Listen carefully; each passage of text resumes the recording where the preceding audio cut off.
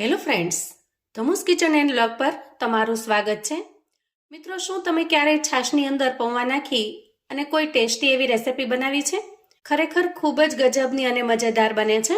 અને જો એક વખત તમે આ રેસિપી બનાવીને તૈયાર કરશો તો પછી હંમેશા આ રેસિપી બનાવવાનું પસંદ કરશો. તો ચાલો ઝડપથી બનાવવાની શરૂઆત કરીએ. રેસિપી બનાવવા માટે સૌથી પહેલા આપણે અહીંયા પૌવા લેશું.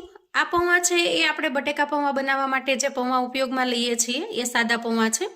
તો બીજા કોઈ પણ પૌવા ન લેતા આપણે અહીંયા સિમ્પલ જે બટાકા પૌવાના પૌવા છે એ સાદા પૌવા લઈશું. પૌવાને અહીંયા જોઈ ચાળી અને મેં ચોખ્ખા કરી લીધા છે, એટલે એના અંદર કશી ધૂળ માટી કચરો ન રહે એ રીતે સાફ કરી લીધા છે. અંદાજે 1 વાટકી જેટલા આપણે અહીંયા પૌવા લઈશું અને પૌવાને સારી રીતે ધોઈ લઈશું. સવારમાં જો બાળકોનું લંચ બોક્સ કે ટિફિન બોક્સ બનાવવું હોય અથવા તો કોઈ ચટપટથી નાસ્તો બનાવવો હોય તો આ રેસિપી એના માટે એકદમ સરસ પરફેક્ટ બની રહેશે. જુઓ, આ રીતે આપણે એક વખત ધોઈ લીધા છે. તમે જોશો કે ધોયા પછી પૌવા એકદમ સરસ ચોખ્ખા દેખાઈ રહ્યા છે. એટલા માટે જ પૌવાને આપણે 2 થી 3 વખત સરસ રીતે ધોઈ લેવાના છે, કેમ કે ચાળીને ચોખ્ખા કર્યા પછી પણ એના ઉપર થોડી ઘણી ધૂળ માટી રહી ગઈ હોય છે, જે ધોવાથી એકદમ સરસ ચોખ્ખા થઈ જશે. તો અહીંયા પૌવાને આપણે આ રીતે 2 થી 3 વખત સરસ રીતે ધોઈ લઈશું અને એમાંથી પાણી દૂર કરી લઈશું. હવે આપણે એક મિક્સિંગ બાઉલ લઈશું અને ધોઈને ચોખ્ખા કરેલા પૌવાને આપણે એમાં ટ્રાન્સફર કરી દઈશું. અહીંયા ધોઈ લેવાથી પૌવા થોડા સોફ્ટ થઈ ગયા છે. આ સ્ટેજે પૌવામાં આપણે 1 મોટી ચમચી જેટલો રવો ઉમેરીશું. અહીંયા રવો કે સૂજી કોઈ પણ તમે ઉમેરી શકો છો. અને ત્યાર પછી એમાં 4 થી 5 ચમચી જેટલું પાણી ઉમેરીશું અને સારી રીતે મિક્સ કરી લઈશું.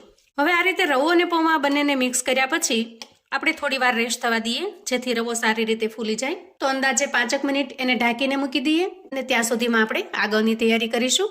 હવે આપણે આજના નાસ્તા માટે એકદમ ટેસ્ટી એવી ચટણી બનાવી લઈએ.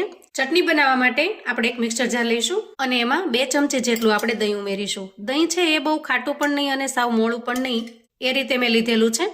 બહુ ખાટું દહીં હોય તો તમારે થોડું પાણી ઉમેરી દેવાનું. ત્યાર પછી એમાં થોડી સમારેલી કોથમીર ઉમેરીશું, 1 લીલું મરચું ઉમેરીશું, નાનો આદુનો ટુકડો ઉમેરીશું અને થોડા શેંગદાણા ઉમેરીશું. મીઠાની જગ્યાએ હું અહીંયા સંચળ ઉમેરું છું, કેમ કે આ ચટણીમાં સંચળનો ટેસ્ટ ખૂબ જ સરસ લાગે છે. તો સ્વાદ પ્રમાણે સંચળ ઉમેરીશું અને 5 ચમચી જેટલો શેકેલા જીરાનો પાવડર ઉમેરીશું અને સહેજ અમથી ખટાશ અને ગળપણ માટે થોડી અમથી ખાંડ ઉમેરીશું. તમને જો ખાંડ ફાવે તો તમારે ઉમેરવાની, નહીં તો સ્કીપ કરી દેવાની. પણ આ દહીંની જે ચટણી બનાવી રહ્યા છીએ એમાં જો થોડી ખાંડ નાખીશું ને તો એકદમ સરસ ખાટો મીઠો ચટપટો ટેસ્ટ આવે છે. 4 થી 5 ચમચી જેટલું પાણી ઉમેરીશું, કેમ કે આપણે અહીંયા દહીં ઉમેર્યું છે. હવે ઢાંકણ ઢાંકીશું અને ચટણીને પીસી લેશું. વાહ, જુઓ, એકદમ સરસ ચટણી બનીને તૈયાર છે. આ રીતે તમે દહીંની ચટણી બનાવશો ને તો કોઈ પણ ફરસાણની સાથે આ ચટણી ખૂબ જ લાજવાબ લાગે છે. તૈયાર થયેલી ચટણીને આપણે સર્વિંગ બાઉલમાં કાઢી લઈએ અને આગળની તૈયારી કરી લઈએ. તો જુઓ, અહીંયા રવો અને પૌવા સરસ રીતે મિક્સ થઈ ગયા છે અને પૌવા એકદમ સરસ સોફ્ટ થઈ ગયા છે. જુઓ, આમ અડતા જ જાણે એનો માવો થઈ જાય એવા સરસ સોફ્ટ થઈ ગયા છે. તો હાથની મદદથી હું પૌવાને સરસ રીતે મિક્સ કરી લઉં છું. આ રીતે મિક્સ કરવાથી પૌવા છે ને એ એકદમ સરસ માવા જેવા થઈ જશે. તો અહીંયા હાથની મદદથી મિક્સ તો કરતું જવાનું, પણ એને છૂટું છૂટું રાખવાનું છે. એકસાથે લોટ જેવું બાંધી નથી દેવાનું. આ રીતે આપણે હાથની મદદથી મિક્સ કરતા જશું અને આ રીતે છૂટું છૂટું રાખીશું. હવે સરસ રીતે માવો બનીને તૈયાર થઈ જાય ત્યાર પછી આપણે ગેસ તરફ જઈશું. ગેસ ઓન કરી અને ગેસ ઉપર એક કડાઈ મૂકીશું અને કડાઈમાં આપણે 1 ચમચી જેટલું તેલ ઉમેરીશું. તેલ થોડું ગરમ થાય એટલે અડધી ચમચી જેટલી રાઈ ઉમેરીએ અને 5 ચમચી જેટલું જીરું ઉમેરીશું. થોડી અમથી પિંચ ઓફ જેટલી આપણે હિંગ ઉમેરીશું. હવે અહીંયા રાઈ સારી રીતે ફૂટી ગઈ છે અને જીરું પણ શેકાઈ ગયું છે.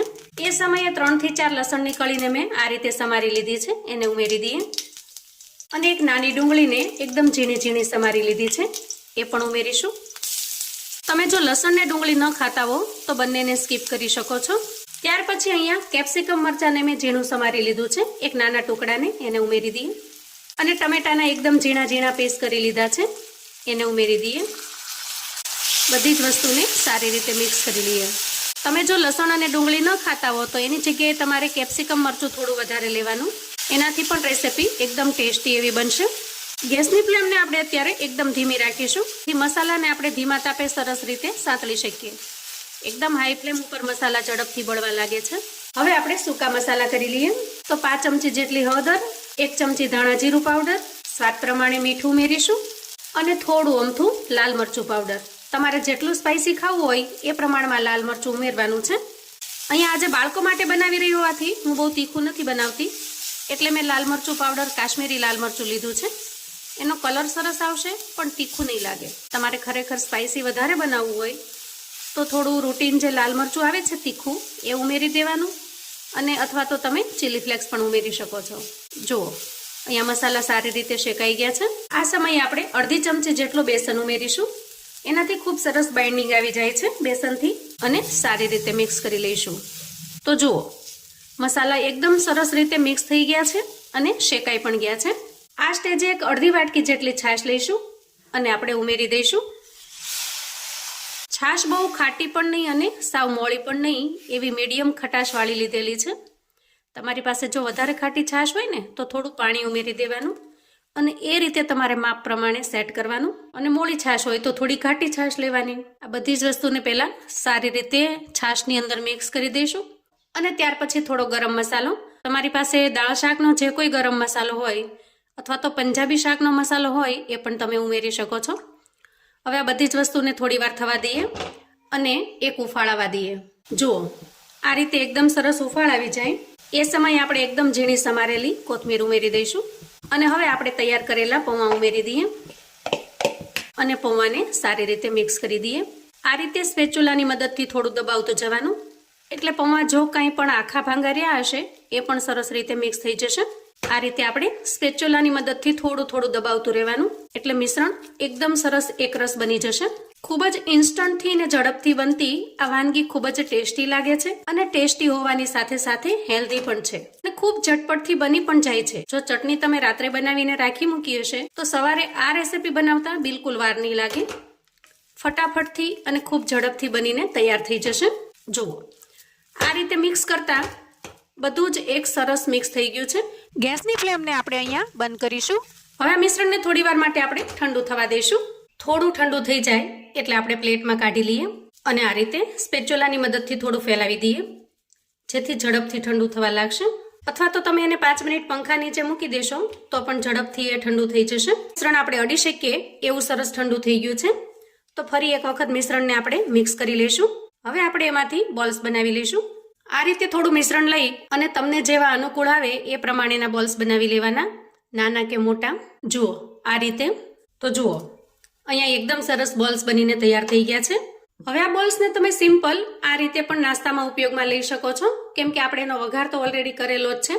પણ જો તમારે વધારે એકદમ સરસ ટેસ્ટી અને લુકમાં પણ સારા બનાવવા હોય તો આપણે થોડો નાનકડો વઘાર કરી અને એના અંદર ઉમેરી દઈએ, જેથી ખૂબ જ દેખાવમાં પણ ટેસ્ટી લાગશે અને સ્વાદ પણ 100 ગણો વધી જશે. હવે ગેસ ઓન કરીશું અને ગેસ ઉપર એક પેન મૂકીશું અને પેનમાં એક નાની ચમચી જેટલું તેલ લઈશું. અહીંયા તમે જુઓ તેલનું પ્રમાણ આપણે એકદમ ઓછું રાખ્યું છે. તેલ થોડું ગરમ થાય એટલે આપણે 1 ચમચી જેટલી રાઈ ઉમેરીશું, અને રાઈ થોડી ચટકી જાય એટલે મીઠા લીમડાના પાનને આ રીતે સમારીને ઉમેરી દઈએ, અને ત્યાર પછી તરત જ આપણે એમાં બોલ્સ ઉમેરી દઈશું. જુઓ આ રીતે આપણે કડાઈમાં ફેરવી લેવાના, જેથી બધો જ વઘાર છે એ એના ઉપર આવી જશે. સાથે સાથે થોડી કોથમીર પણ ઉમેરી દઈએ. એકદમ ઓછા તેલમાં ખૂબ જ હેલ્ધી એવો બને છે. ગેસની ફ્લેમને આપણે અહીંયા બંધ કરીશું અને તૈયાર થયેલા નાસ્તાને આપણે હવે સર્વ કરી લઈશું. તો જુઓ ગરમા ગરમ નાસ્તો બનીને તૈયાર છે.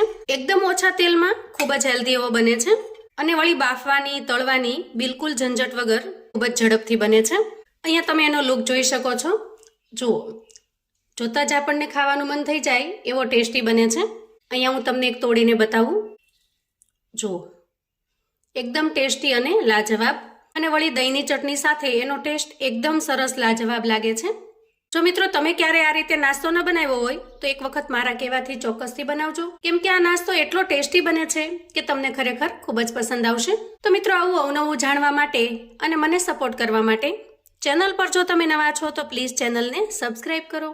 વિડીયો ગમે તો લાઈક અને શેર કરો. તમારા સગા સંબંધી મિત્રોને પણ આપણી આજની એકદમ ટેસ્ટી એવી નાસ્તાની રેસિપી ચોક્કસથી મોકલી આપજો, જેથી એ લોકો પણ બનાવીને તૈયાર કરી શકે, એન્જોય કરી શકે અને એના પરિવારને પીરસી શકે. કોમેન્ટમાં મને ચોક્કસથી જણાવજો મિત્રો કે આજના આ નાસ્તાની રેસિપી તમને કેવી લાગી છે.